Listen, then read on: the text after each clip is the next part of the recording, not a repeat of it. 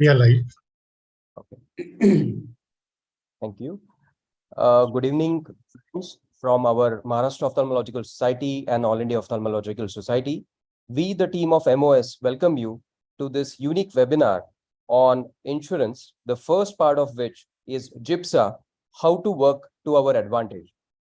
Friends, we all know that although the real penetration of health insurance in India is still considered to be low, but it is rapidly growing.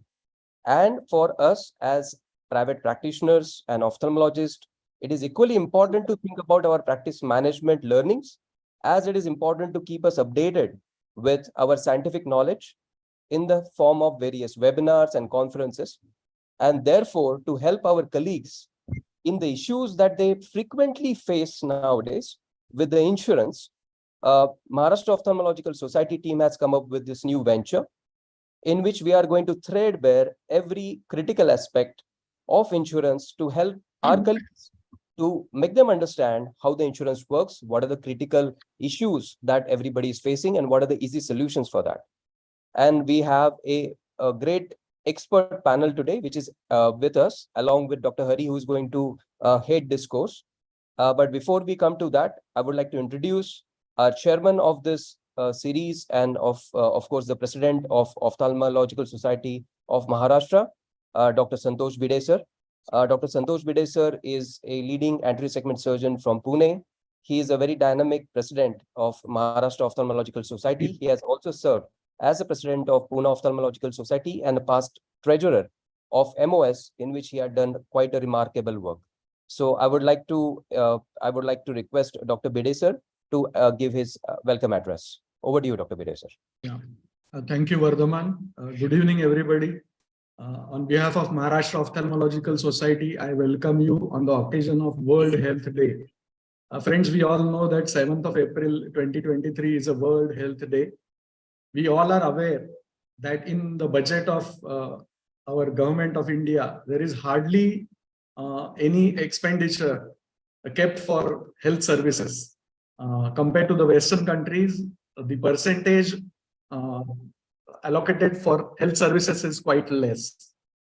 We all are aware that ours is the largest and fastest economy in the world, and there is a huge potential for the insurance companies to grow and make money. And because of this, the insurance companies are trying to squeeze doctors. They are going to put caps on the charges by doctors and hospitals. And as a doctor, if we stand united, then only we will be able to face them effectively. We all are aware that in Western world, the health sector is driven by insurance companies. And unfortunately, as I see, maybe in future, if we don't stand united and work unitedly, we may be forced by insurance companies in so many ways. And to tackle this menace, we at Maharashtra Ophthalmological Society have decided to have these webinars. And fortunately, we are fortunate to have expert in this field, Dr. Hari and others. So without wasting time, I request Dr. Vardhaman to start with our webinar. Over to you, Vardhaman. Thank you very much, sir. Very well said. Before coming to our expert, I'm going to just shortly introduce our expert panel today. We are lucky to have Dr. A. Deshpande sir.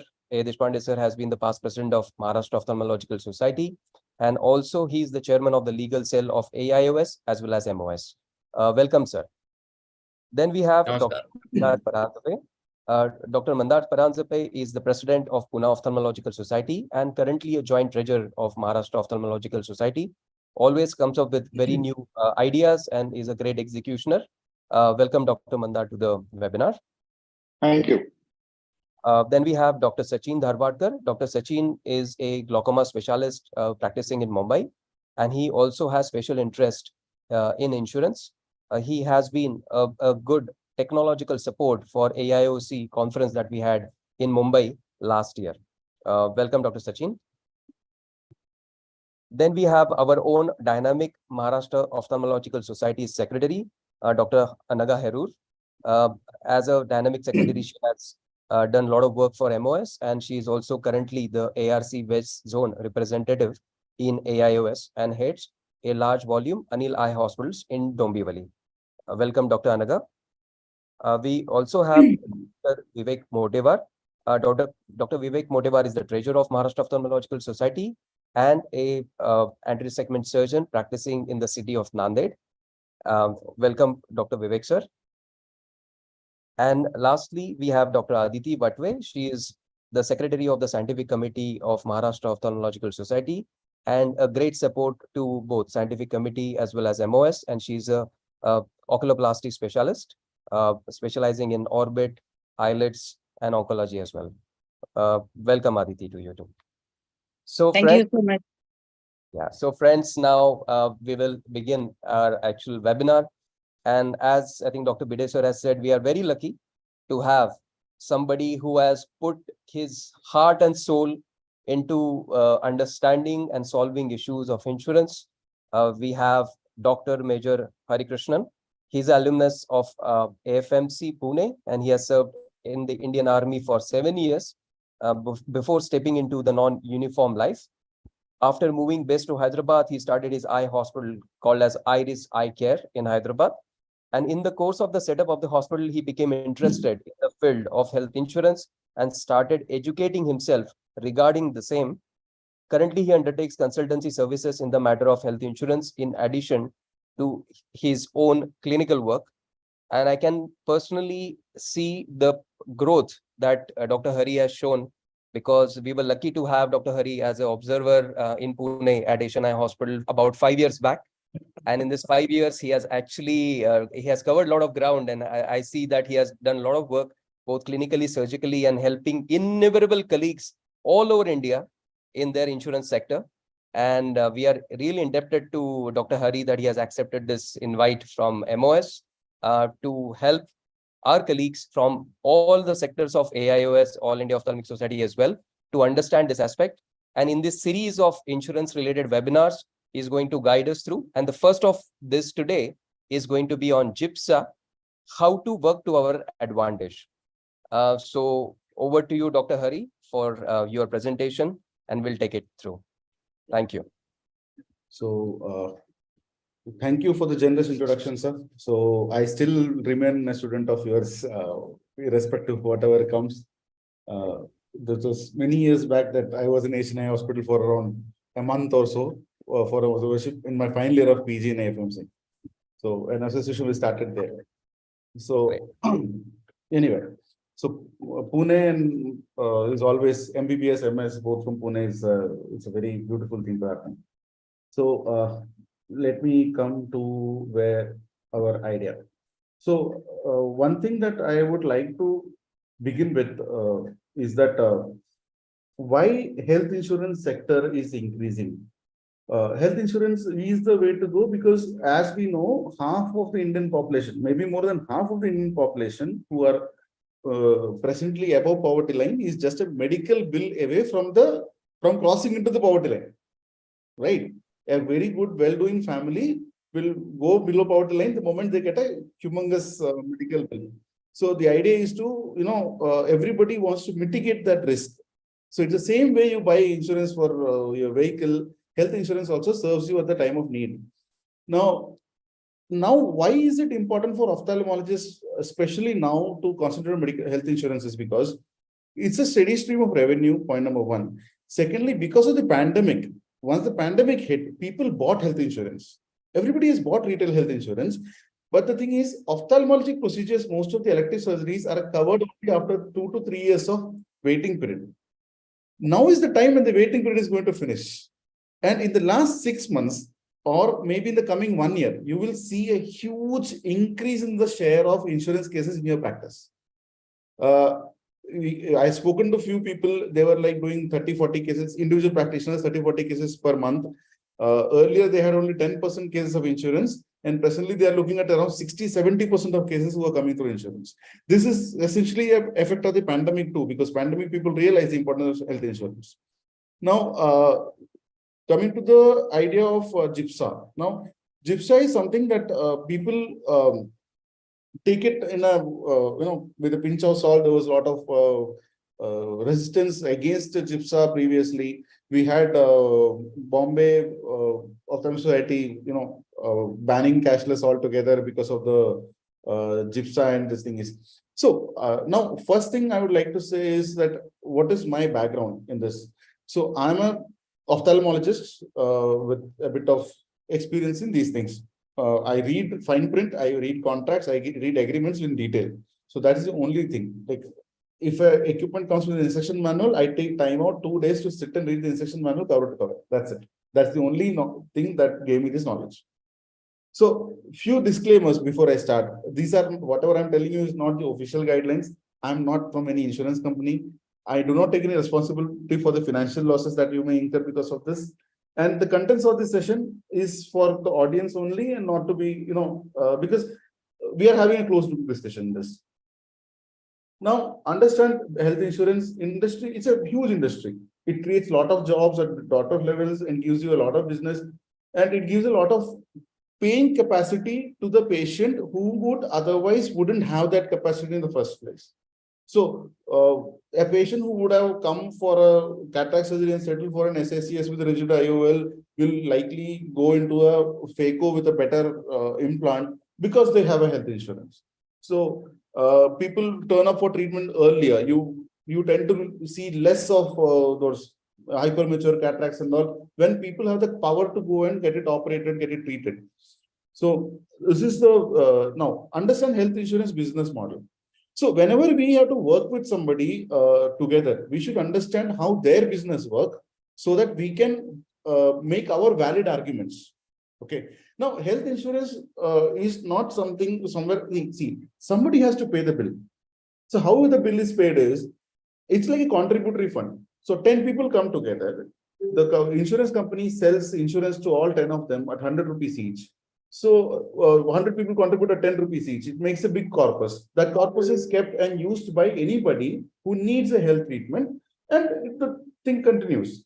So if there is no requirement, if none of the people claim insurance, the entire corpus goes to the insurance company as profit. So if anybody needs treatment, that money is used. So in exchange of the profit, the insurance company gives a guarantee of payment to the subscriber whenever they are in need. Okay.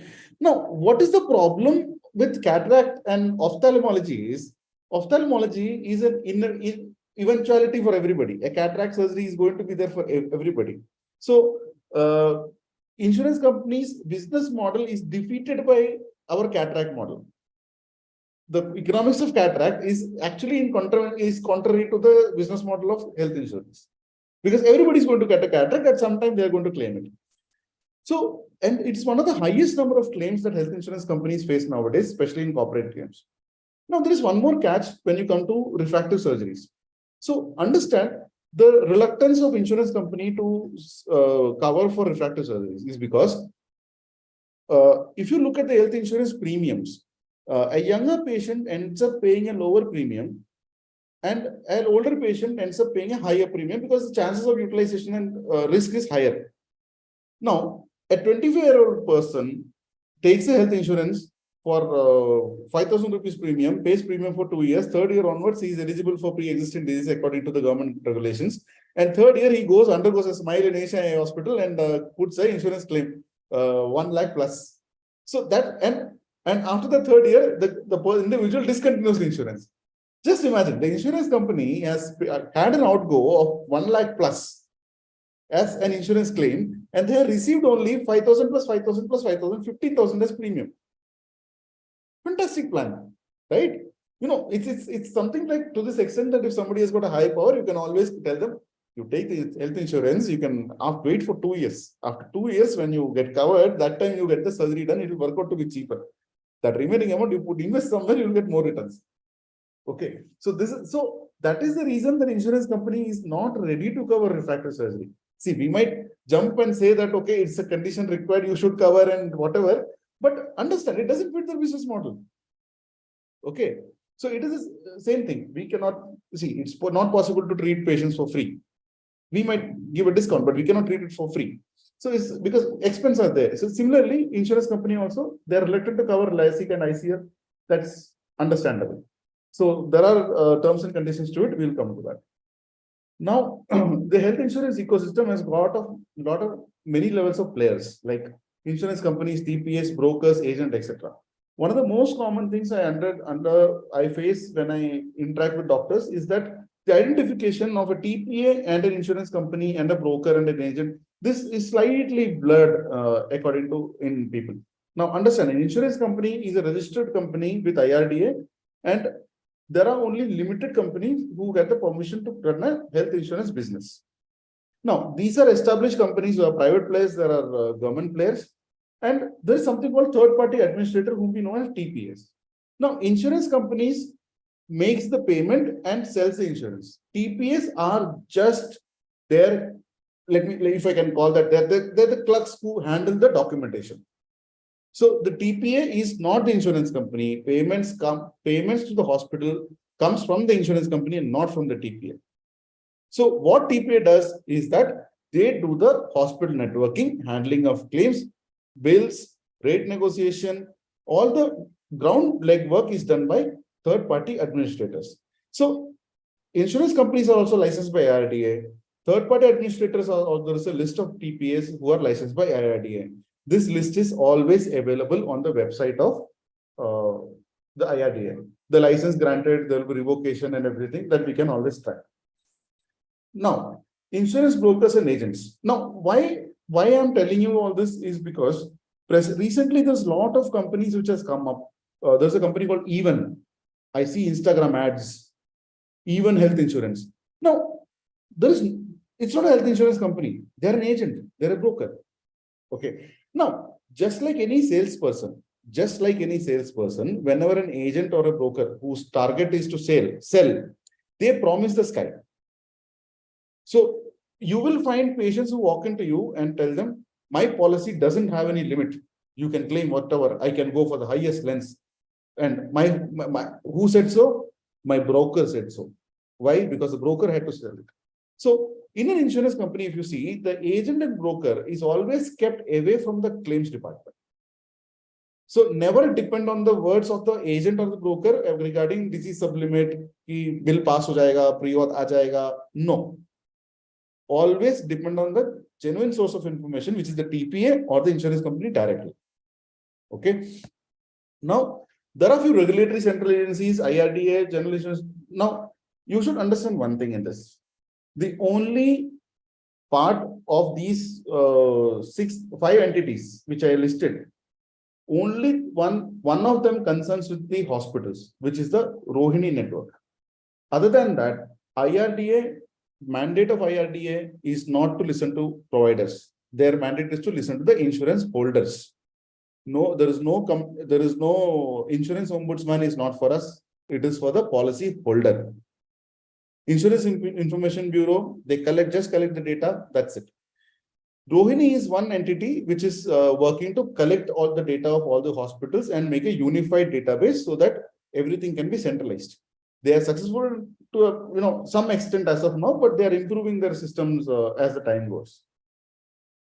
So there are a lot of uncategorized market players who don't feature in any of the lists, but they claim to be insurance agents or TPAs or insurance companies, left, right, and center, spurious marketing, surrogate marketing, everything is there. Onsurity, Even, aggregators, Christian Care, HealthBridge, G-Money, Bajaj, Medfin, Visit Health, Medibuddy, Raksha. These are not, understand, Mediasis is a TPA, Medibuddy is a separate entity, which I don't know what it is. Okay. Now, how to check the legitimate ones is just to go to the IRDA website. They have a dynamic list which is always updated. Now coming to the GIPSA. Now, GIPSA is a conglomeration. It's basically, let's call it a T club. GIPSA is not a legal entity. You will never find a letter signed by GIPSA. You will never find a letterhead ki chairman GIPSA. No. The reason being, this is a committee without a proper legal framework. It is not a company, it is not a society, but it is just a coordination group of 4 PSU insurance companies. The reason being, these 4 PSU insurance companies has got a mandate to give equal business to all the TPS which are licensed. So what happens is there is 25 TPS presently in action. And there are these 4 insurance companies. Now, if we had to take hospital onboarding process for each and every TPA and each and every insurance company, now imagine how much of documentation and repetition would that be? So these insurance companies wanted to standardize the work and bring it under the same umbrella. And just like any business house, they understand that when these 4 companies come together and negotiate the rates, they end up getting a better rate. The reason being, these 4 companies hold the major health insurance business in India. Okay, these are PSU companies. They take corporate health insurances to large extent. Most of the corporates are covered by these 4 companies. Now, if you look at the GIPSA committee, how it works is, what they've done is, these 4 insurance companies has divided the map of India into 4. North, South, East, and West. South is handled by United India Assurance. North is handled by Oriental Insurance. West by New India, and the East by National Insurance. So any of the activities of onboarding or rate negotiation or blacklisting or removal, de-empanelment, all these procedures of anything that is happening in the West zone, that is the Maharashtra, Gujarat, will be taken care of by New India Assurance. Now, whatever New India Assurance does is binding to all the other 3 also. So if you are empaneled with New India Assurance for cashless, then all the other 3 are also on board. Will honor your agreement with New India Assurance. Now, understand that these insurance companies has got a local committee office in each GIPSA city. Now, what is a GIPSA city is that when they wanted to start this group negotiation, they started with metro cities. In metro cities, there are GIPSA committees which are made, which had members. It was chaired, the head of the committee was the nodal insurance company representative. For example, the head of the GIPSA committee in Hyderabad would be the representative from United India Assurance, whereas the same in Bombay would be New India Assurance. And other members would be representatives from all the other insurance companies. In some cases, there would be representatives of prominent TPS also. But it may not be the case always. It is sometimes there, sometimes not there. So now what happens is there's a single contact point for any empanelment process. The moment they contact, they will respond with the documentation, rate negotiation, everything happens. And the committee sits together and decides on the empanelment process. So that is how this committee works. Now, the MOU that is signed in these cases are called as a tripartite agreement. When it's a tripartite agreement, there are 3 parties. First is the insurance companies, which are the 4 PSU insurance companies. Then all the TPAs who are licensed on that day. And the third party being the network provider, that is the hospital. So what happens is this agreement, which you sign as a single agreement with GIPSA, the local GIPSA committee, that is binding to all 4 insurance companies, all the TPAs handling the clients of those insurance companies, and the network provider. So this should be very clear to you. Now, whether having something like GIPSA is good or bad is a long drawn argument. Now, as far as network providers are concerned, we say that they give very less rate, it's strong arming, cartelization. Yes, it's a business. They have managed to come together to bargain the rates, which we didn't manage to. That's the truth of the point. Now, whether it is good or bad, see, there are good points also. Now, just imagine the sheer amount of paperwork you would be doing to get empaneled with 4 insurance companies and this 20 plus TPS separately, independently, negotiating everywhere, sending document everywhere, signing, and also everywhere the rate is different. Your staff will roam around which rate to apply for which insurance company and which TPA. So this entire confusion has been standardized into a single agreement. So that is the good part about GIPSA.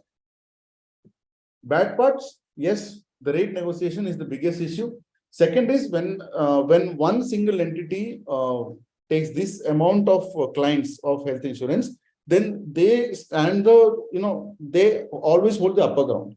They have the negotiating power. all other unscrupulous activities also start. Okay. Now the empanelment process is also slightly slower.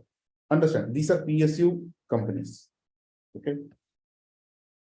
Now, understand that any insurance patient, when they comes, there is always the card will mention the insurance company as well as the TPA. So these are few actual cards. So you will find like United India Assurance, Good Health, TPA. So this card is United India Assurance, is the insurance company, Good Health is this thing. Sometimes people come with the entire policy document also. If you look at the policy document, you will find a table mentioned in the bottom, which will mention the TPA. So you will never be sending a pre-auth request to the United India Insurance Company directly. They work through TPS and TPS only.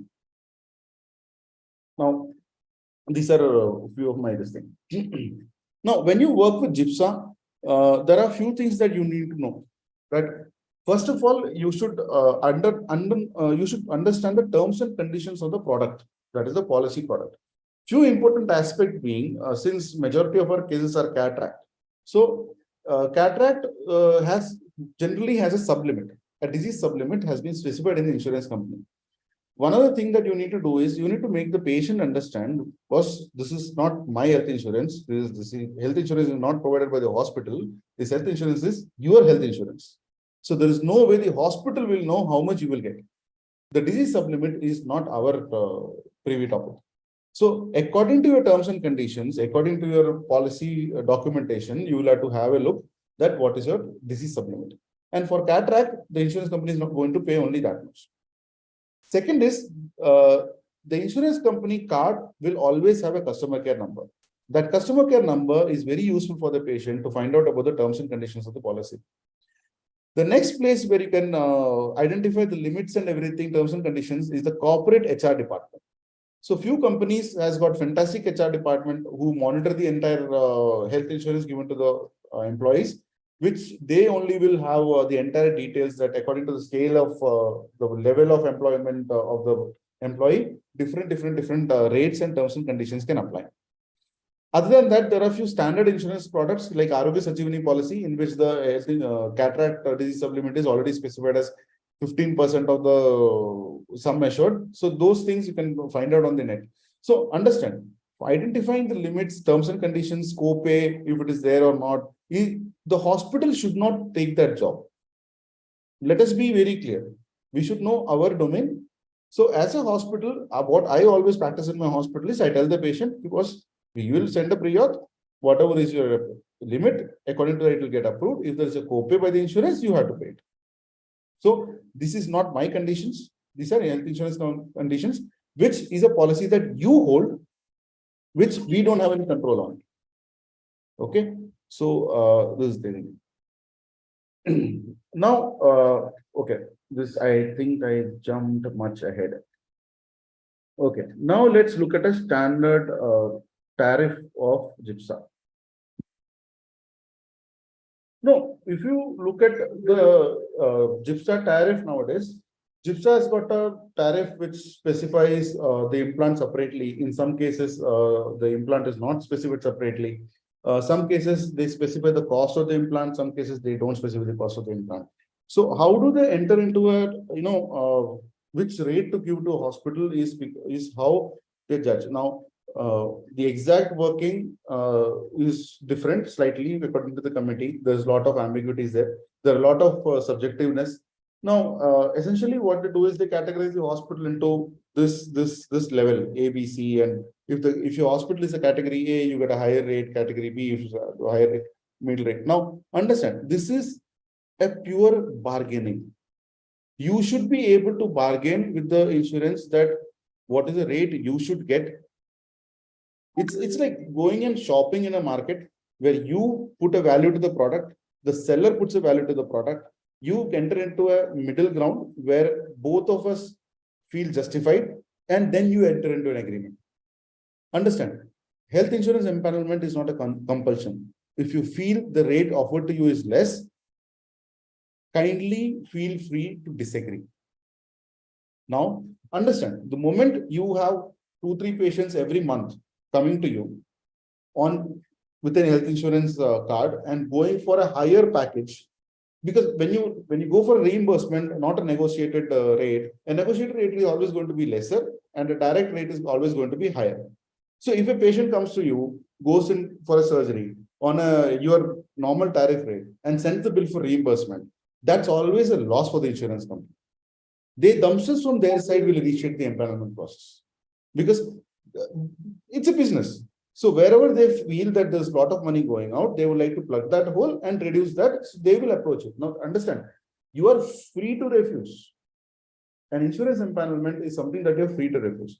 Now understand, when you look at a tariff rate, first thing you should look at is that MICS and FACO. As far as we are concerned, MICS and FACO, the only difference being the incision size. Now, if you look at the inclusion table, it will mention L1, L2, and L3. Now, if you look at the bottom of this, tariff list in the rate list, you will find that the entire terms and conditions is mentioned. What is L1, L2, L3, L4? Now, for our concern, L2 implies implant. So, in this particular tariff, you will see that the implant is excluded in the cost. So, the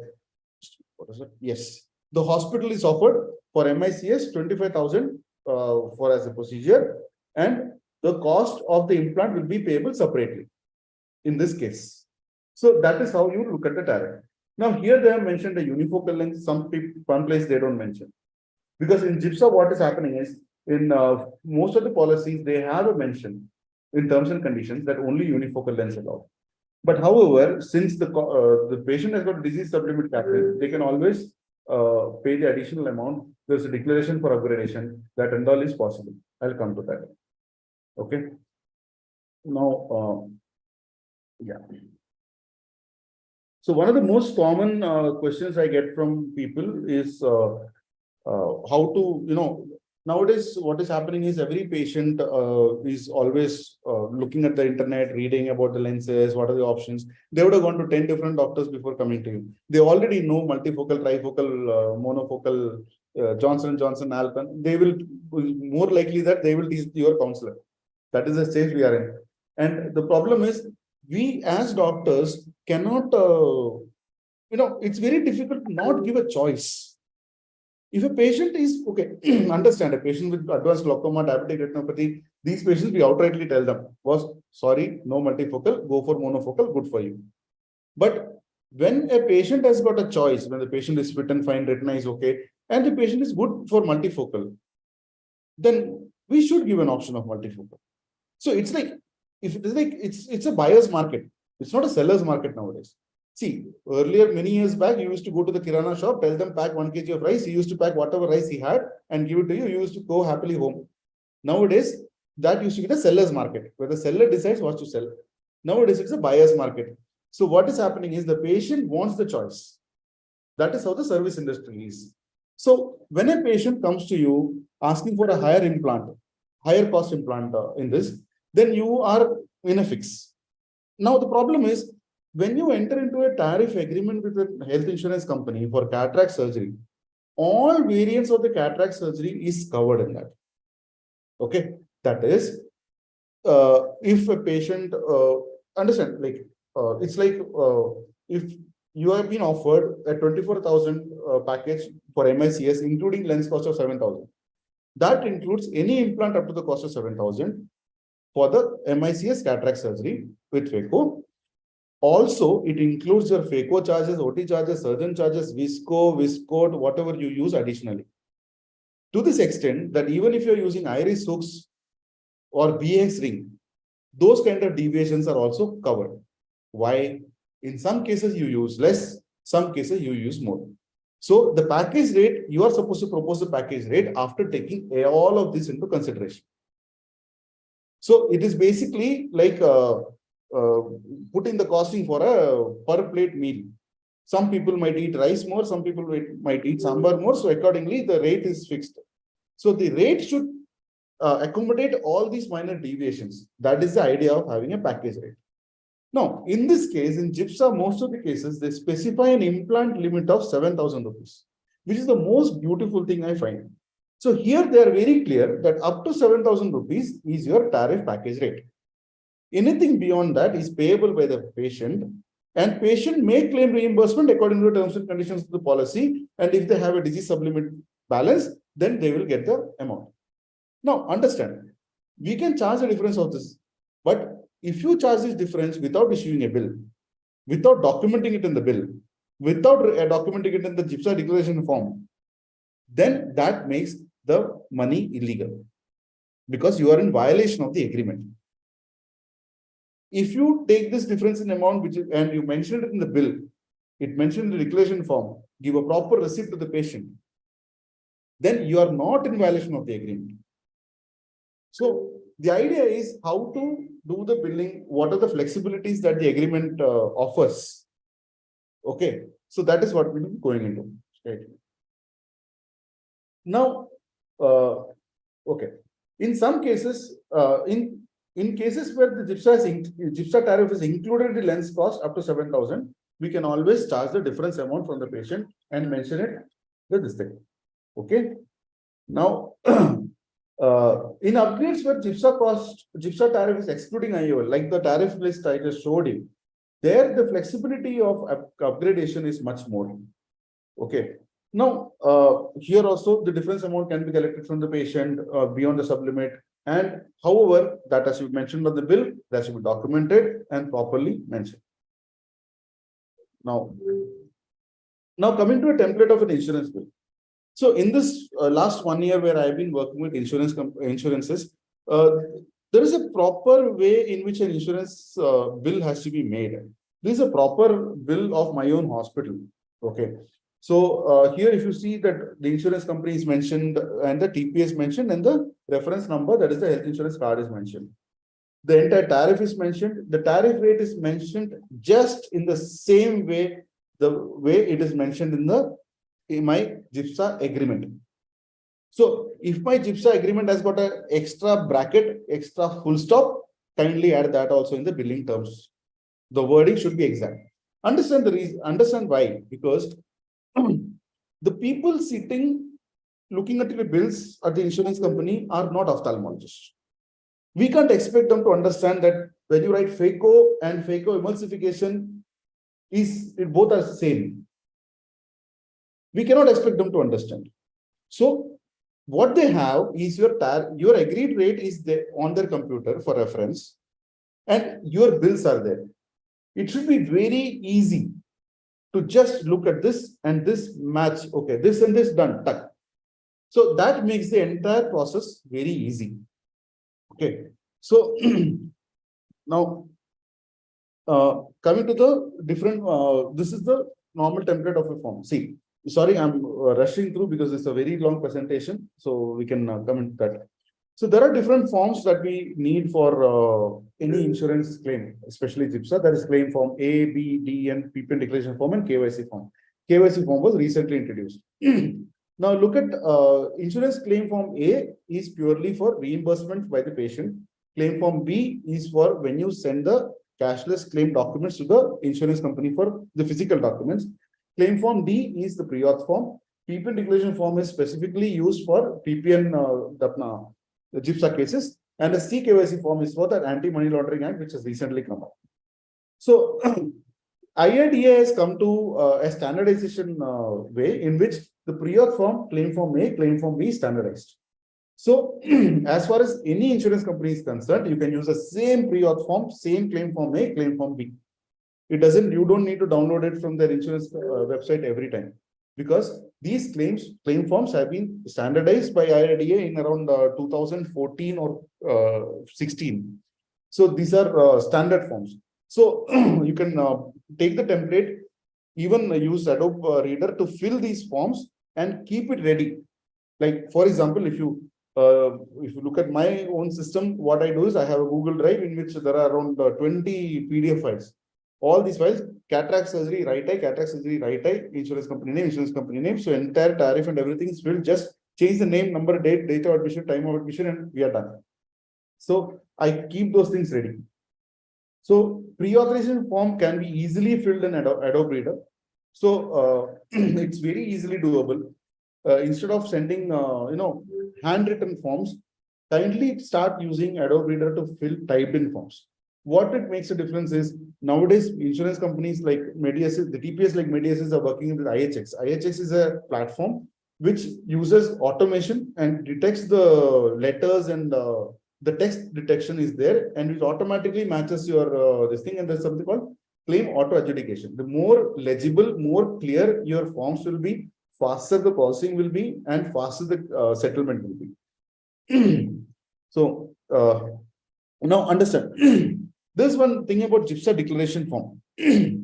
Now, a lot of people had asked me that once patients have refused to sign the declaration form, saying that once you sign this, they will not get a reimbursement, because it says that the patient is ready to pay beyond the terms and conditions. Now, understand, these terms and conditions are not yours. These terms and conditions are between the insurer and the insured. So, if the insurer, irrespective of your hospital tariff, if the patient has paid additional, which is legitimate additional amount. For example, if your surgery covers only IOL cost up to 7,000, and you have gone ahead and put an eye hands implant, so the difference of cost the patient has paid to you, and the insurance has covered only till the 7,000 lens in cashless. So the difference amount, whatever the patient has paid, patient has got the right to claim it as a reimbursement, as long as the patient's disease sublimit allows. So the GIPSA declaration form stands for to adhere to the limits and terms and conditions between the insured and the insurer. And one input that they ask from the hospital is whether the patient has chosen the eligible room category. Now, room category for us is always yes, because eye hospital has got only one room category, which is daycare. We are treated as a daycare room, whether you write it as private, semi-private, whatever, they take it as a daycare surgery facility. Okay. So in our cases, the thing about differential billing will not arise. Now, differential billing, around few seconds on that. Differential billing is when you go to a hospital which has got AC room, single room, general ward, this ward, that ward, where the cost of treatment varies according to the ward also. In eye hospital, those kind of situations doesn't come. So we are a single type of category of rooms, which is daycare. So it's always yes. Now, if you look at this declaration form, if you look at this thing, if policy wishes to avail additional facility, yes. Just let me just read this out. So here the reimbursement and balance amount will be borne by the patients. This is there. This is there. So PPN declaration form, you don't need to worry about it. It is something like the agreed tariff terms and conditions. If the patient has got disease sublimit, patient will get it, because that's a deal between the insured and the insurer. It is not our job to meddle with that. So next is the CKYC form. CKYC form came up recently, which is an government of India ruling on Anti-Money Laundering Act, which requires one address proof, one ID proof, PAN card, Aadhaar card. So anyway, we'll just brush through. That's also pretty easy. See, if you look at these forms, these are from my hospital. If you look at these forms, it is all filled, typed. So what happens is these forms are processed seamlessly without any issue, instead of writing with hand. So here, this is just a scenario. Some in these kind of cases, you can always see. If you look at a cataract surgery case, 5 lakhs, these are 45,000 with 10% copay, with the GIPSA Optal 1B package of 28,000 with lens all inclusive pack charges of 28,000. So here you put an authorization. What you see is the total bill amount will be there. This copay will be there, and total authorized amount. See, understand one thing. Okay, one small thing. Whenever you agree to a tariff package, the discounts don't apply to a tariff agreed packages. That is applicable only if you're going for open billing. Now, this is the standard IOL included kind of a package, where this is the way you make the bill, where these details should be there. This one screen, this one template has been shared by me in the group, in one WhatsApp group for many times over. Vardhaman sir, I'll send you these things. You can circulate it, because see, understand, the better your standardization of bills are, faster is the bill clearing. Lesser chance it will get stuck anyway. So this is the same thing. Now, GIPSA IOL included package for cataract. There is no need to send the IOL implant invoice. There is no additional documentation, faster claim processing and payment. The moment you stick to the packages, If you stick to the packages, you have agreed to something, you are sticking to the agreement, you are signed on it. Now, understand, one of the doubts I get is, my hospital package is 50,000, I want to do the patient. No, your hospital package is not part of the agreed tariff. If you are handling an insurance patient, your signed tariff with the insurance company will take precedence over anything else. So, see, accreditation for GIPSA-How included package is possible because the package implant cost is specified. Multifocal admissibility is according to the patient's insurance terms and conditions. Okay, so this is the thing. So, for example, look at this case where an upgradation into Upper Sami region is there. So, 19,500 is the cost which is being put, or minus 7,000, 12,500 is additional, total cost coming to 40,500, and copay is according to the terms and conditions. So, this is the way you can bill. Don't go for an open billing for these cases. This is not an open, this is a package rate. The first item is a package rate. We are just upgrading the implant. Don't go for a breakup bill of surgeon charges, OT charges, and lens cost and everything in this. So new rollout is to plan, implement in all GIPSA cities that ILO accelerated package, which is recently circulated by New India Assurance also. So here, this is an IOL accelerated package template bill. Now, this is basically how the initial approvals is supposed to come. And now, okay. Now coming to the standard terms and conditions for combined surgeries. It's always 100% for the costlier surgery and 50% for the second surgery. But this discount doesn't apply for implants. Remember that. So, for example, if you do a phaco with trap, first case, second is at 50% discount. Now, there are various other cases, open billing cases. Now, coming to this thing, there is no central grievance redressal mechanism for hospitals. Now, in cases of GIPSA, one thing you should know is that moment your payment is getting stuck beyond 1.5 to 2 months, kindly send an email to the insurance company, because according to the IRDA regulations, any payment delayed beyond 30 days after receipt of the last document requested from the hospital or the provider, there is an interest payable by the TPA or the insurance company. We are not aware of this ruling. We need to revoke it. We need to remind them. And the payment of the insurance claim is by the insurance company, not by the TPA. TPA is supposed to send it ahead. So always the moment it is delayed beyond, okay, 1 month is the TAT time which is stipulated. Let's wait, give them additional 1 month grace. Within 2 months, if the payment doesn't come, kindly contact the insurance company for that. This claim number is pending.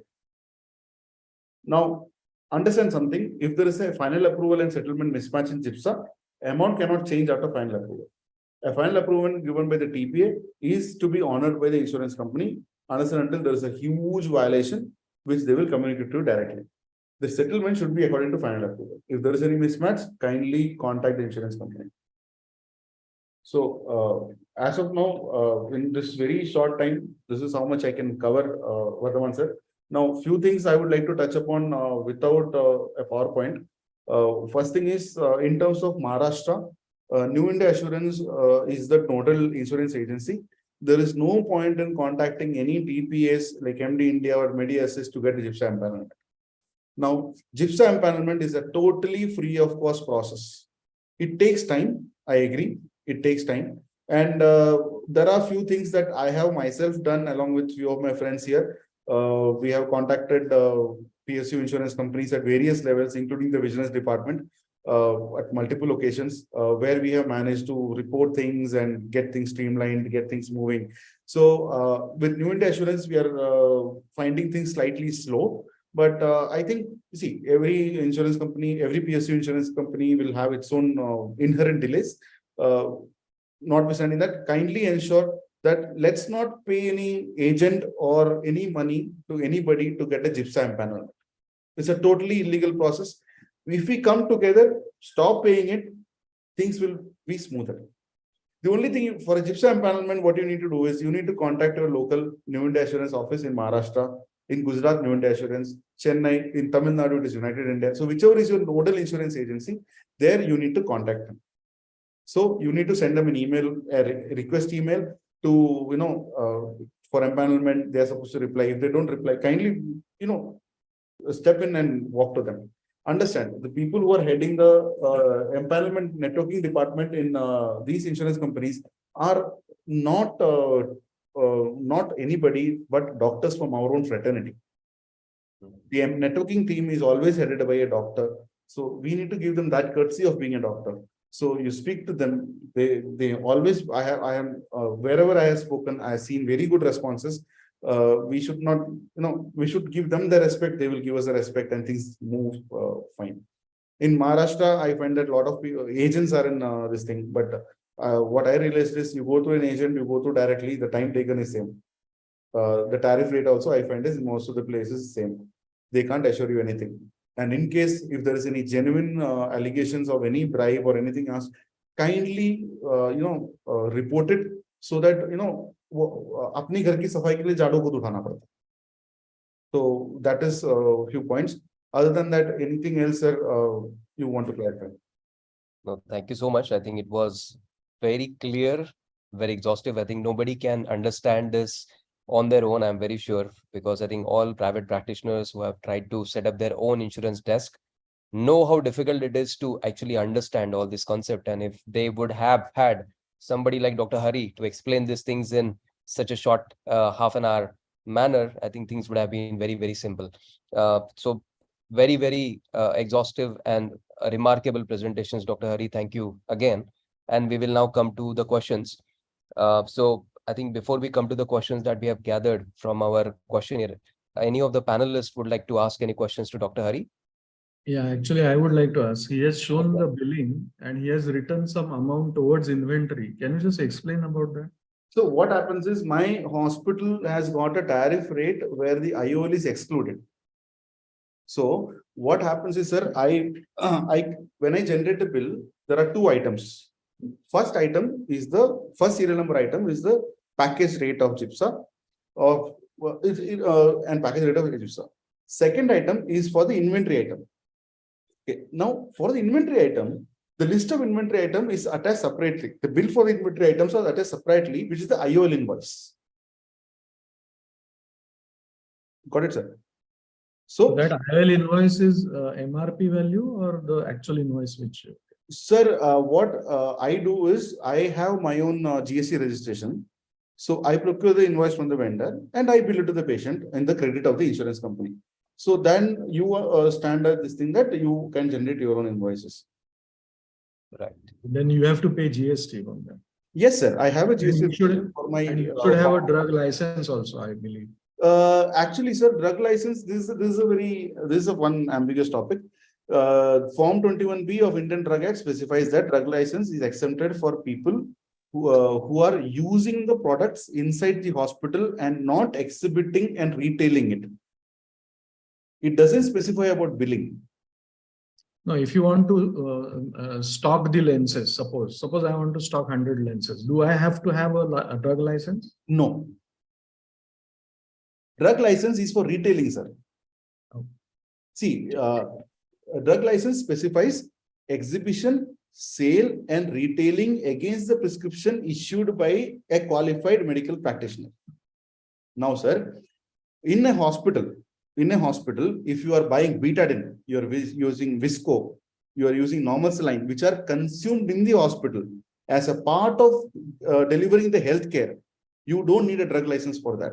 Drug license is categorically for sale over the counter in sealed condition.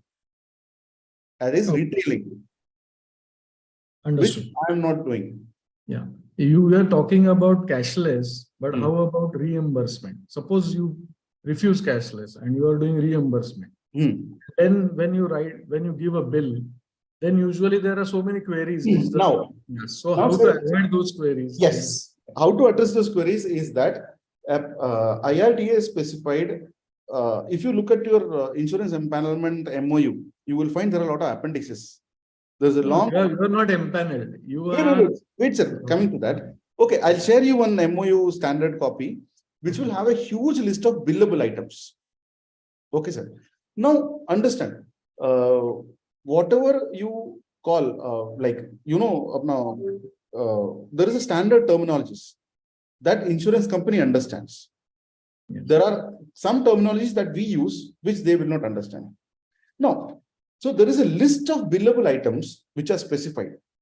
So if you use a term called FACO charges, which is not there in the list of billable items, then it is not admissible. Okay. OT charges are there. Surgeon fee, admissible. Anesthetist fee, admissible. Implant cost, admissible. Nursing charges, admissible. FACO charges, not admissible. Toric marking charges, not admissible. Microscope charges not admissible. Not admissible. Okay, but OT charges are admissible. Yes. So And then they don't deduct the OT charge, or they don't ask no, for. they don't. No, they will not. So whatever It's OT charge you put, establishment they cost. will See, give OT charge. there are two things there. There are services and there are products. Okay, sir. Yes. Now, in services, there are some types of, there are few specified services in which we can bill. Okay. You need to know which are the services to give the bill accordingly. And whenever there is a product in your bill, it has to be supported by a separate invoice. For example, if you are writing your OT charges and surgeon fee and everything, and below you are adding viscot, which is a product, it is not a service. Yes. The moment it is a product, it has to be supported by a separate invoice.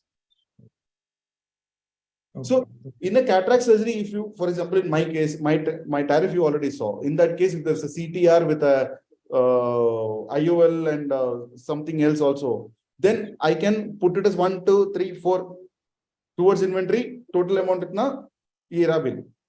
So every service has to be according to the billable heads specified by IRDA, and every product has to be supported by a separate product invoice. And you were talking about some blacklisting of hospitals. And there was an issue in Mumbai. I think Dr. Sachin can talk about that. Blacklisting. Okay, let me clear that confusion.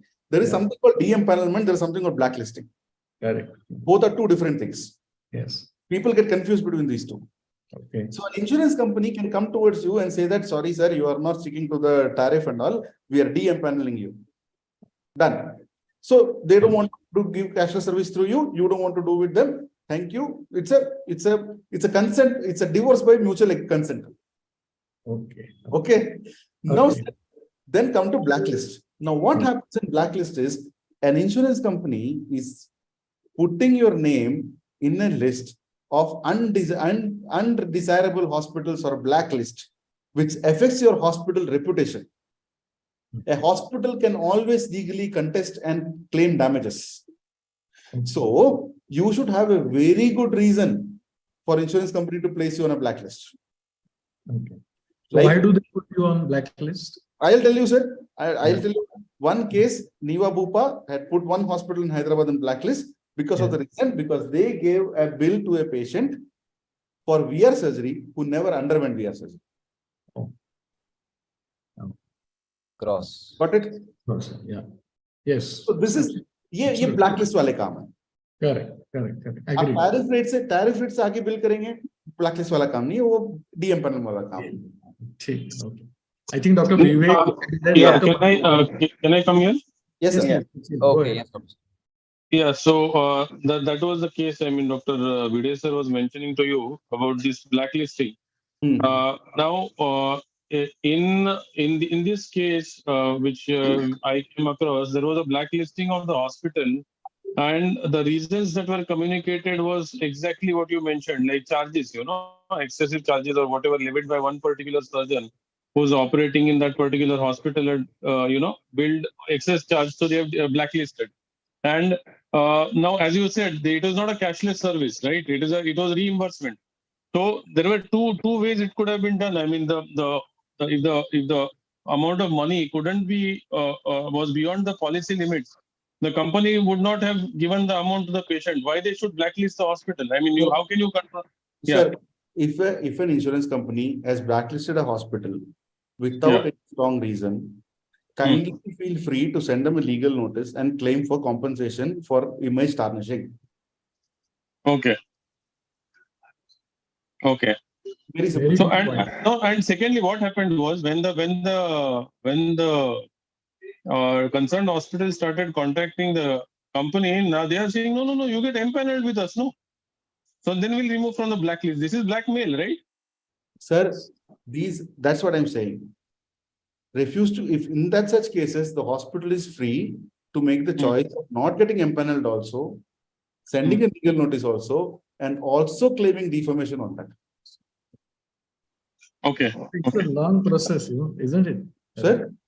It's a long drawn process. Legal matters are. See, sir, understand. The point is, it's a long drawn process. Sir, वकील पकड़ो, बोलो जितना compensation आएगा उसको 20% तुम्हारा.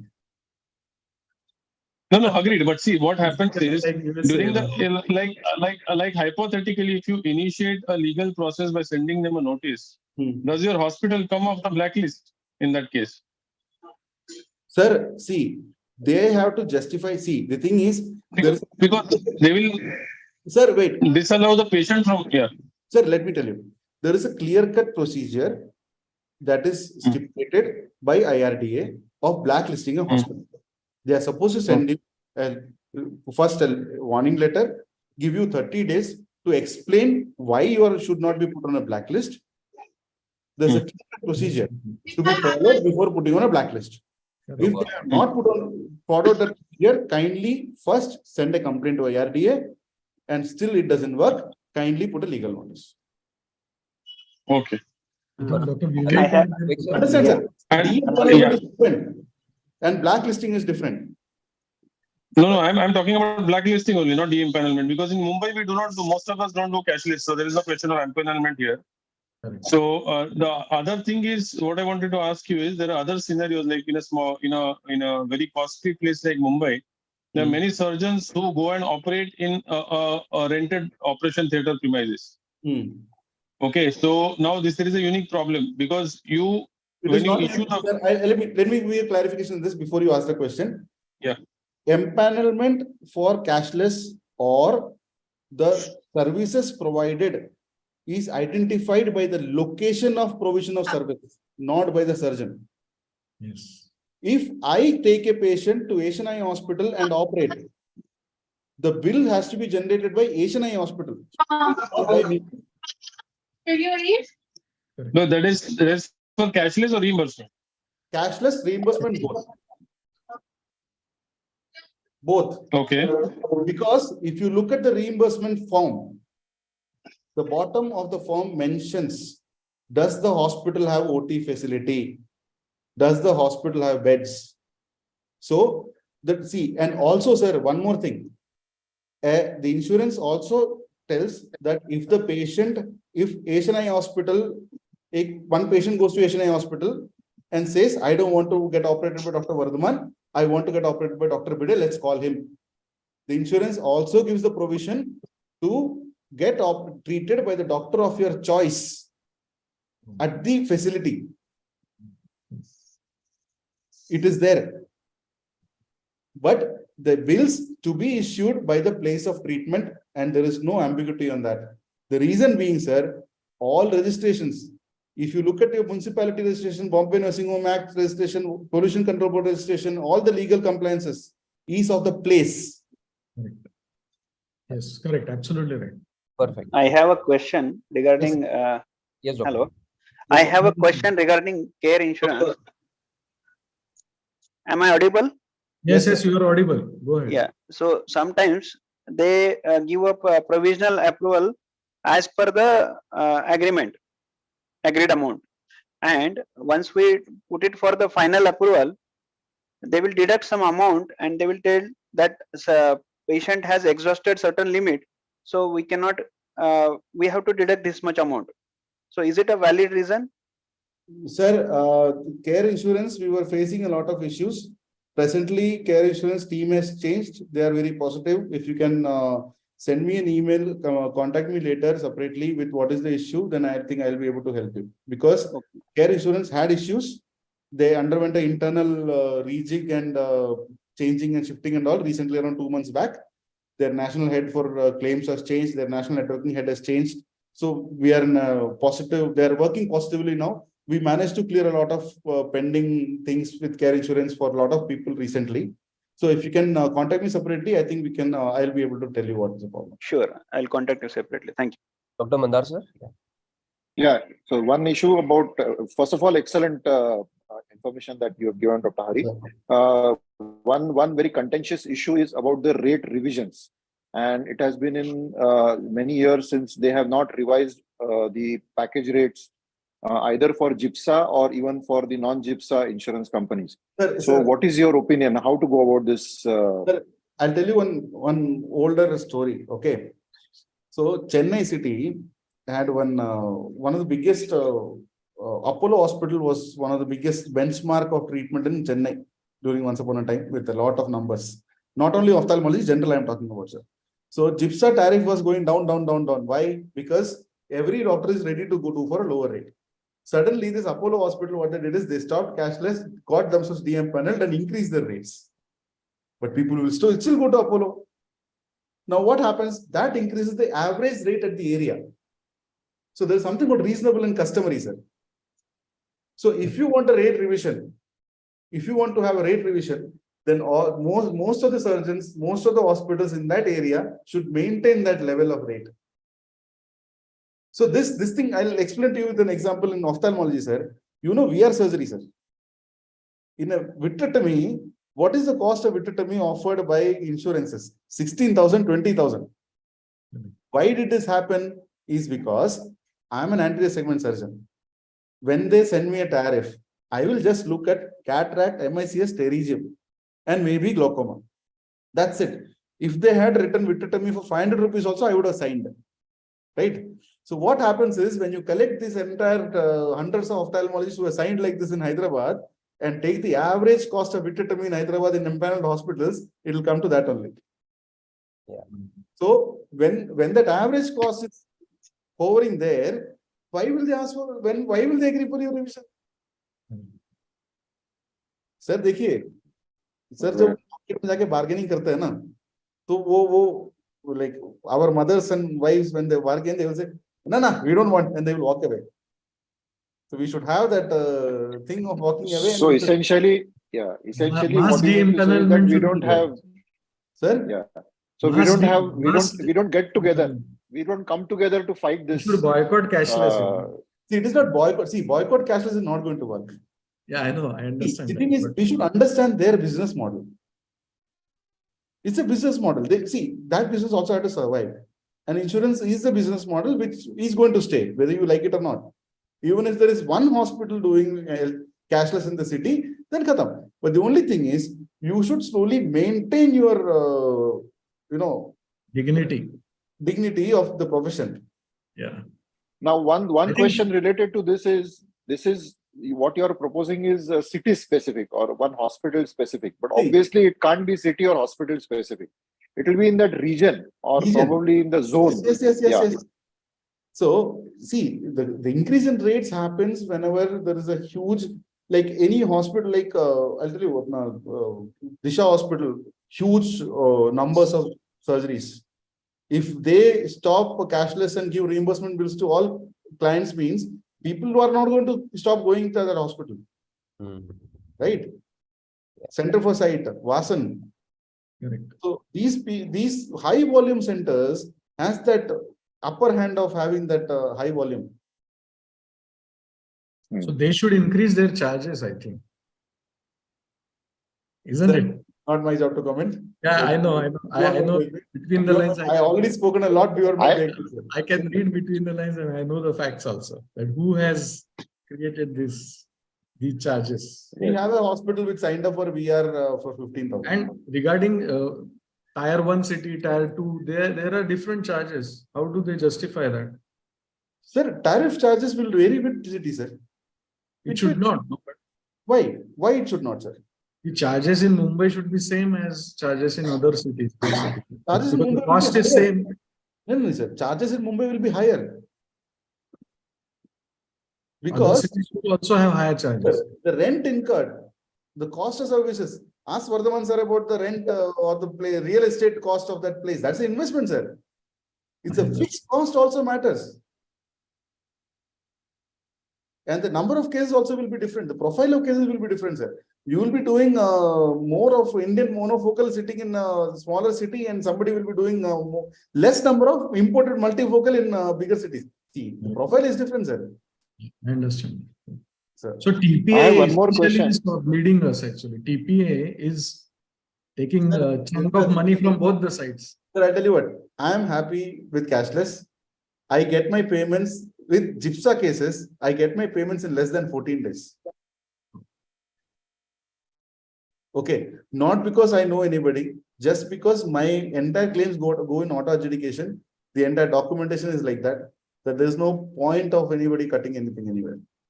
Perfect. The first initial 6 months I bled, but last 1 year I didn't have even a single deduction in any of the insurance bills.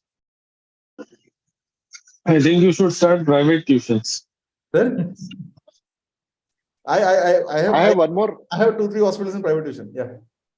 So Yeah, I have one more question. Just one question regarding the claimed amount by the patients. Actually, the insured amount, not the claim, the insured amount. So now the policy holder, suppose, has a policy of 5 lakh rupees and he has a capping of, let's say, 50,000 rupees for the IOL.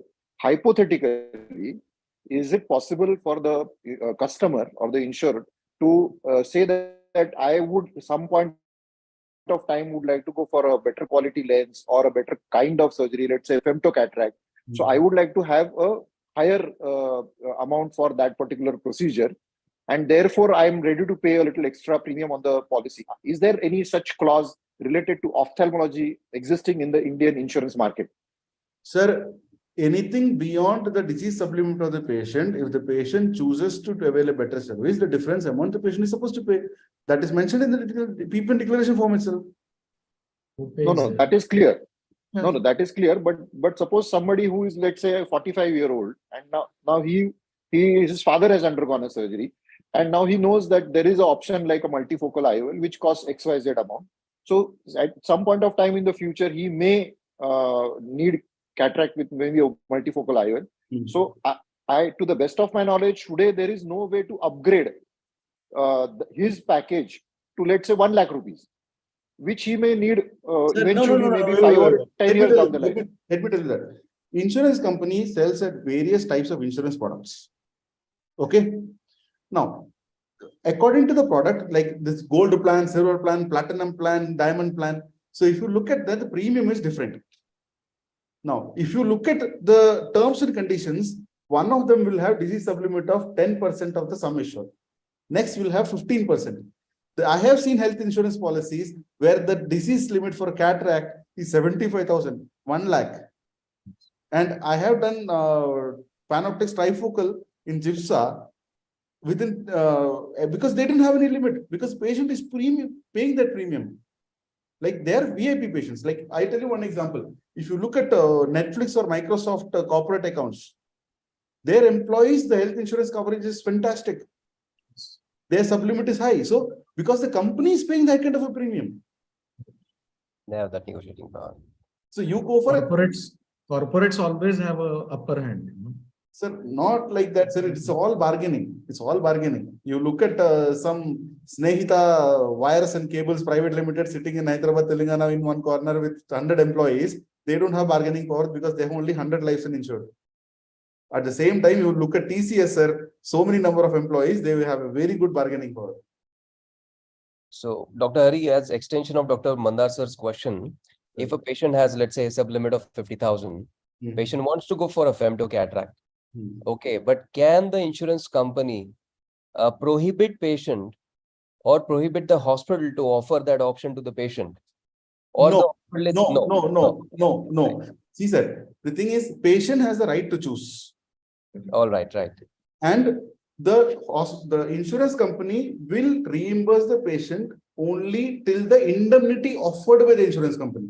Perfect. So the insurance, according to the rules, the insurance company has offered that we will indemnify your cataract surgery up to a limit of 50,000. Perfect. Beyond that is your choice.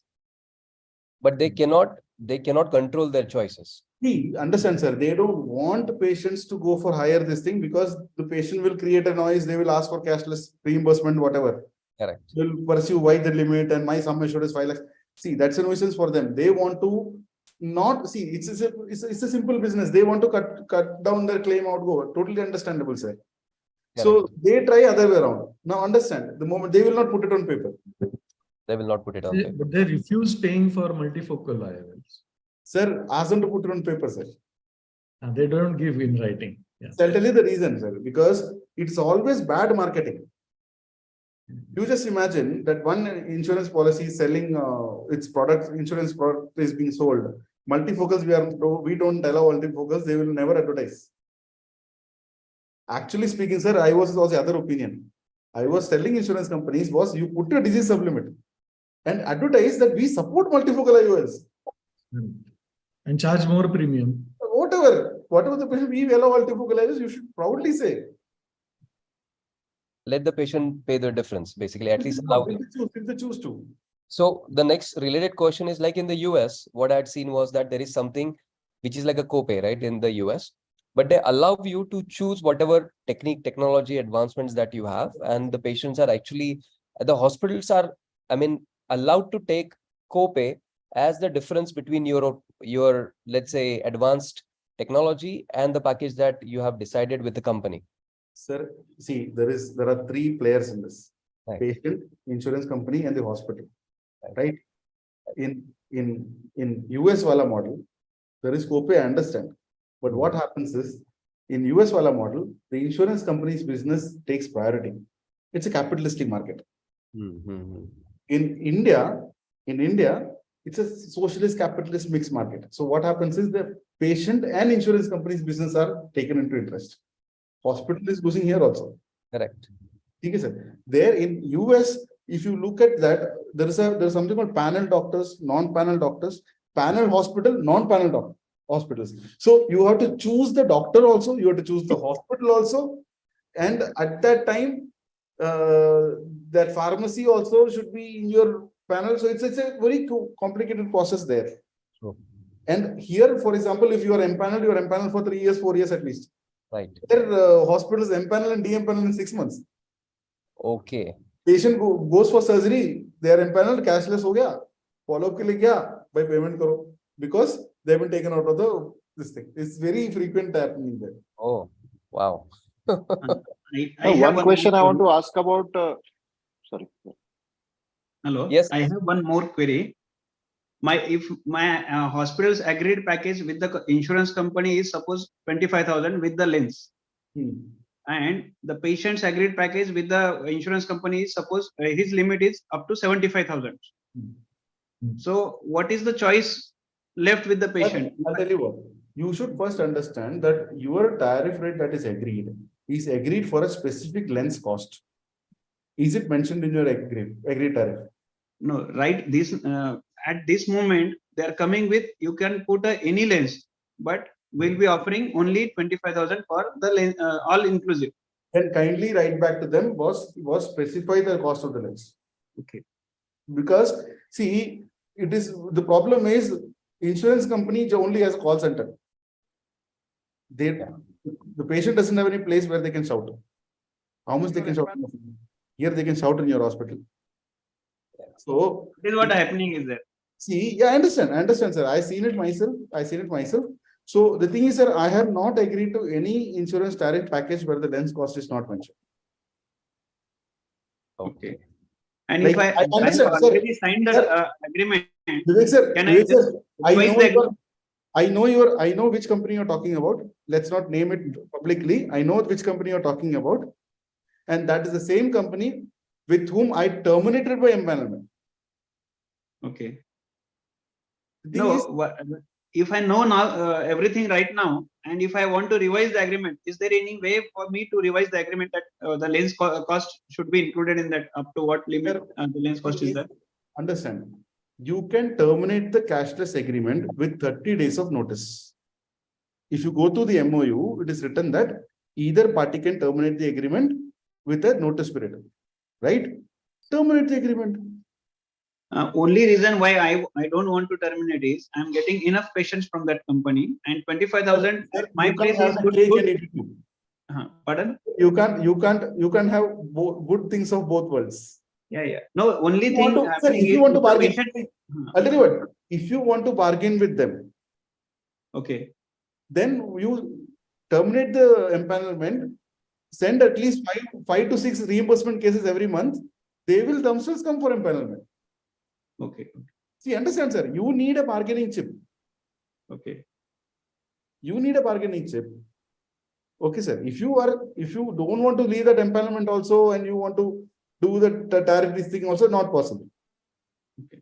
So next question, Dr. Hari, is that about NABH, because I think a lot of people have this notion that if you have NABH, full NABH, entry-level NABH, does it help you to get more rates for your cataract packages? Yes, sir.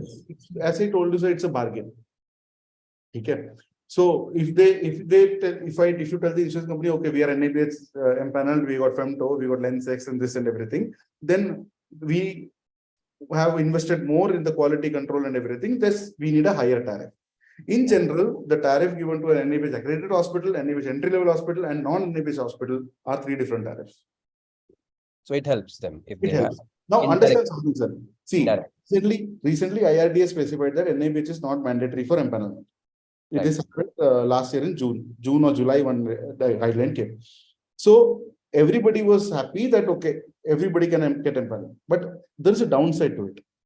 In the same letter, IRD also mentioned that individual insurance companies and TPS will formulate their own standards of inspection. Now, what happens is, earlier what was happening is, when you apply for an empanelment, your NABH means, oh, NABH, okay, no need of any further, okay, we'll just sign an agreement and done. Nowadays, what has happened is, they are coming for inspection. They have their own guidelines, standards, aapke paas ye hai kya, wo hai kya, they will start asking.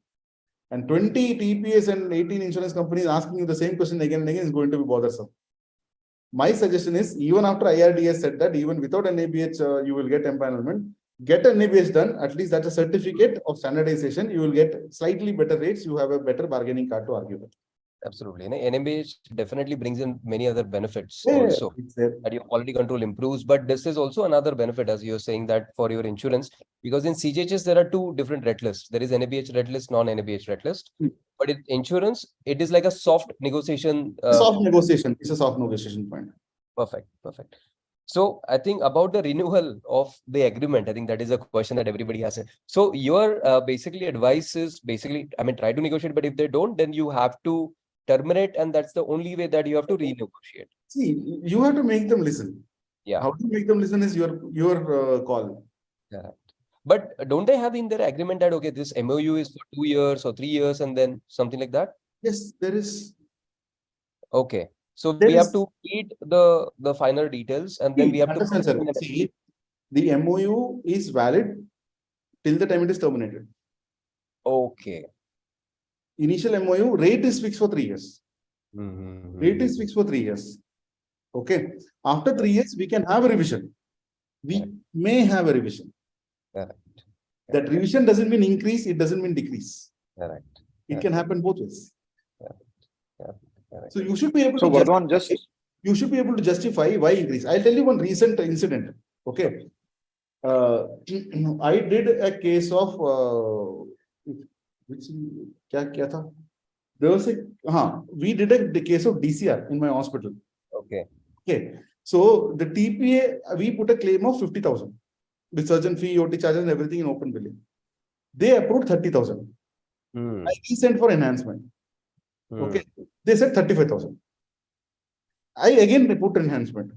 I got a reply, kindly revise the bill to 40,000. My question was, why should I revise? So they came to me. The reply I got was very interesting. Reasonable and customary charges. Full stop. XXX hospital in your region is charging only 35,000. We are willing to give you additional up to 40,000. Kindly revise your invoice. So the problem is this other hospital which they mentioned, I knew them. I called them up, asked the rates, and I told them, and I found out how old that rate is. My reply to this was, dear sir, reasonable and customary rate that you mentioned of the so-and-so hospital is of 2019. You are requested not to compare the rates of 2019 with 2023. Full stop. Next email, I finally got my final authorization for 50,000. Got it fully. Okay. I think that was interesting. We understood that negotiation, how it goes. Right. So next question is that, are you allowed to know the agreed tariff rates of other hospitals? Are you allowed to know it? For example, like there are many insurance, let's say TPA, and insurance like clerks in your hospital. Sir, you tell me, change. Like they go from. You tell me, your patient is allowed to know. They're allowed to know, right? Yes, Yeah. of course. Yes, perfect. Patient is public. Correct. Correct. Correct. Patient is allowed to know, patient's brother is allowed to know, patient's brother's wife is allowed to know. Correct. If Correct. one patient is getting operated, when you counsel, there are 5 people sitting. That is open knowledge. Tell them, boss, Star Health is giving only this much. Hmm. You are already disclosed the tariff. You cannot work without disclosing the tariff. It's not possible. Correct. Correct. Correct. Perfect. Dr. Mandar, sir? Yeah, Dr. Vardhaman. Yeah. I had one question about the court case which has been registered, I think, in Delhi High Court about cartelization of insurance business, particularly pertaining to GIPSA. Now, do you have any idea about what is the status of that court case and Well, that court the case- implication of that court case? That court case was filed by DOS, taken over by IAOS, and that court case का problem ये है कि there is an ambiguity of jurisdiction.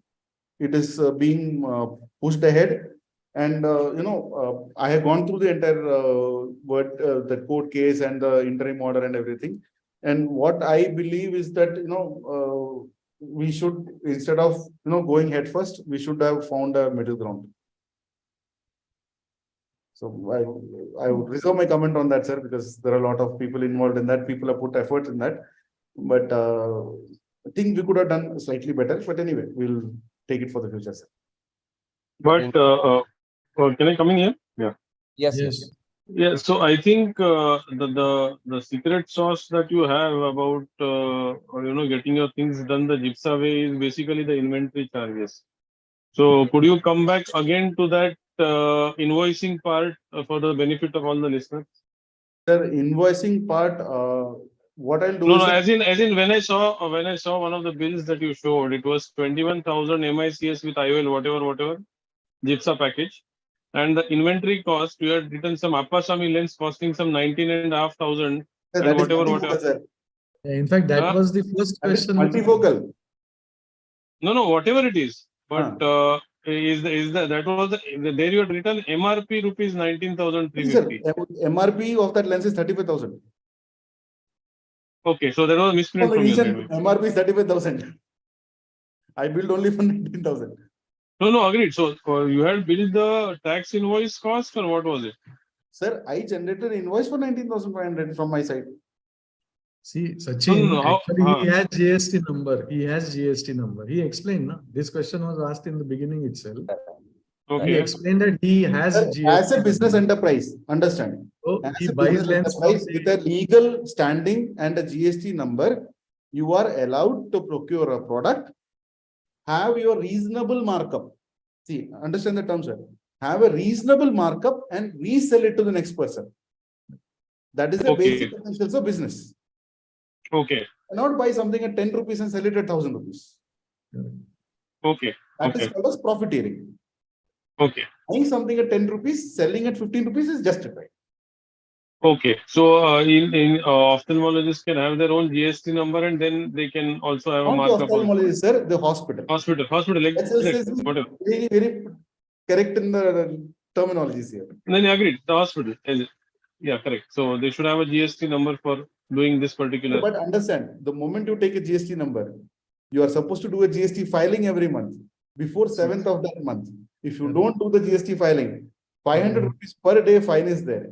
Also, you are supposed to report your exempt income as well as GST applicable income. So in case you have a separate account maintained for the insurance income and the cash patients, that entire thing will get reported. Your entire turnover will be there. Your entire turnover of your around how many times did you buy an iPhone, how many ACs you bought, everything will be get connected.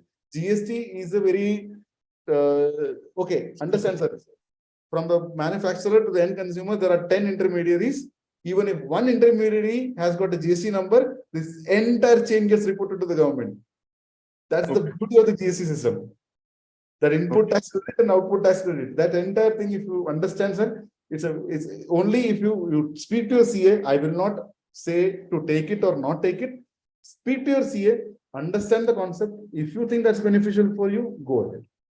Perfect. Wonderful advice. I think that's very Instead relevant. of having our own hospital's GST number, is it possible if we have our own pharmacy, if our hospital has got its own pharmacy, is it possible that we can buy the particular lens from the pharmacy? Yes, yes, absolutely. I think so. Actually, legally you can, sir. Yeah, means that means we can purchase the IOL on the No, no, MRP. no. Sir, you are not. See, that's what I said. You can have a reasonable markup. You cannot profiteer. So you cannot, if you bill at MRP, the world knows that how much the lens costs. Insurance companies will know. Government knows. Okay. If you do that, if you do that, 100 doctors do that, then suddenly one price capping will come as a blessing one day. Okay. So let us not go into the profiteering side. A Okay. reasonable markup is reasonable. Perfect, perfect. I think with the If I interest of- purchase something from the pharmacy, the pharmacy will not give any discount. Suppose if it is not my pharmacy. Sir, you cannot purchase anything from other pharmacy and use for your patient other than the vendor, sir. Okay. perfect. So I think with the interest I have of one question regarding this. Okay. With this questions. billing, is Yeah. there any issue with the differential billing, which now sometimes you see, like suppose you quote a price of 19,000 for a particular IOL, somebody else is quoting 35,000, and the insurance that's not claim goes to the differential. same. No, sir, that's not differential billing. See, okay. Pansmi sir, can you just repeat your question once again? Yeah. So I was asking about you quote a particular price for a product. Somebody Okay. else quotes a different price for the same product. Yeah. Now I don't have a GST, so I probably bill by the MRP. You bill by the GST, by the GST formula. So is that not a problem in terms of, from our point of view, in getting the claims processed, if you're practicing in the same region, zone, or city? Sir, see, understand it by ethical grounds and legal grounds. Okay. Legally, there is no problem. You are a business house. You want to sell a product at whatever rate, not exceeding the MRP, is your choice. Okay. Not exceeding the MRP is your choice. Okay. Now, if the insurance company decides to de-empanel you saying that you are overbilling, that is their choice. Okay. Now, if a hospital doesn't overbill but does only reasonable markup of the pricing, and the insurance company decides, okay, let us give them 2,000 rupees extra for the package in the surgery cost, that's their choice. Understood, sir? So, legally speaking, you can bill at whatever price not exceeding the MRP if you have your own pharmacy. Perfect. Dr. Deshpande sir, any comments from you? No, the thing is that hospital is separate from the doctor. Doctor is a professional, whereas hospital is an industry.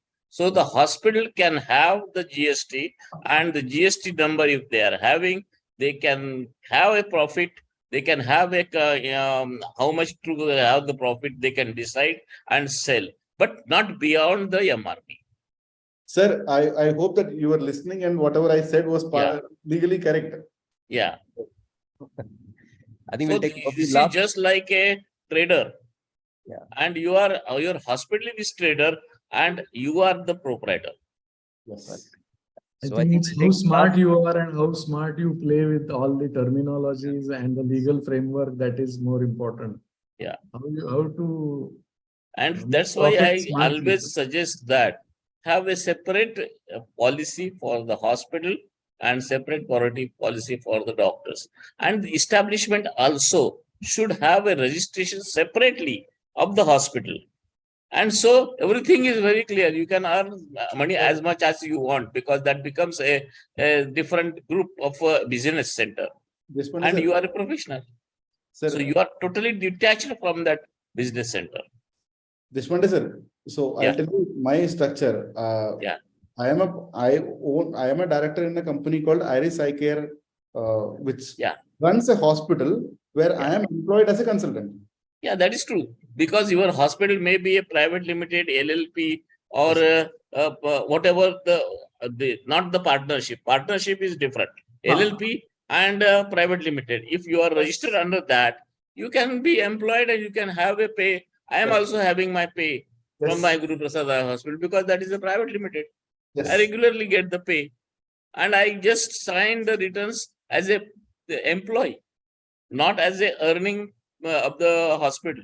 Earning of the goes to the hospital. Right, sir. That's all. So This it is very easy. That's a, Vardhaman sir, this is a very huge topic. I to know, discuss that's what I again. was saying.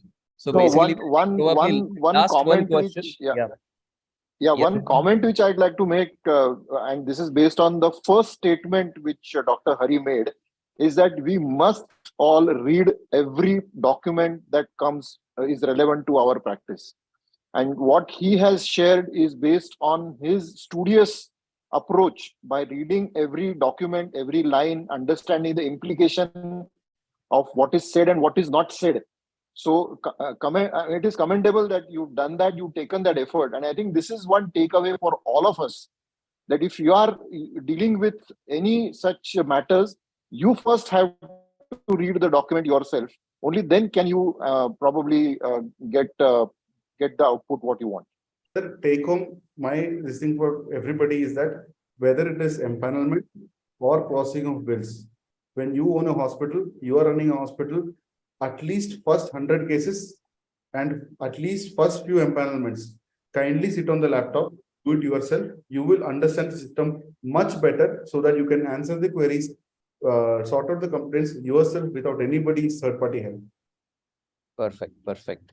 So thank you so much, Dr. Hari. I think this was absolutely a very productive webinar. I think we have had a lot of webinars, but this has so many take-home messages for all our colleagues, and this is going to reflect in a large way they practice not only their clinical but also their practice management skills.